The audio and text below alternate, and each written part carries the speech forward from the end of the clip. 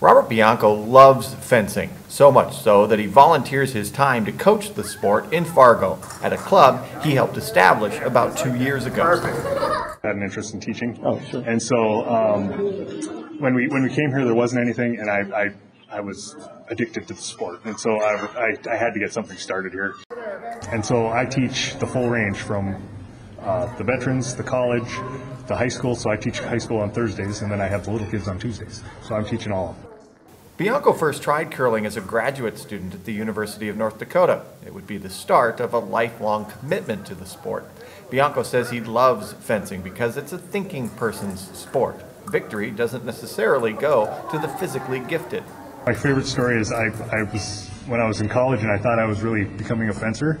I went up against a elderly lady who couldn't take more than one step at a time, and I couldn't touch her. She just killed me because she just had that strategy down, and she had a really good hand. You know? And so she didn't have to move; she just stood there and waited for me, and then hit me.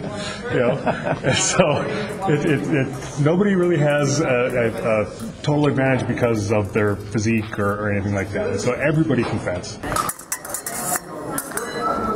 Fencing gives you a little bit of everything. It's one of the safest sports you can compete in. It's safer than volleyball or basketball or tennis. There's fewer injuries in fencing than there are in vast majority of sports. So it's very safe.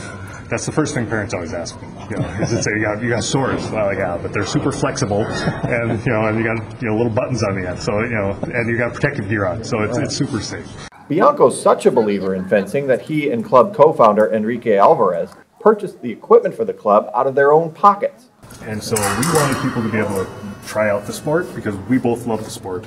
And we wanted there not to be a big monetary, you don't have to buy $150 worth of gear to come try it for 6 weeks. We're all volunteer. All the coaches you see here are volunteering their time. Nobody gets paid to be here and teach this. We love the game.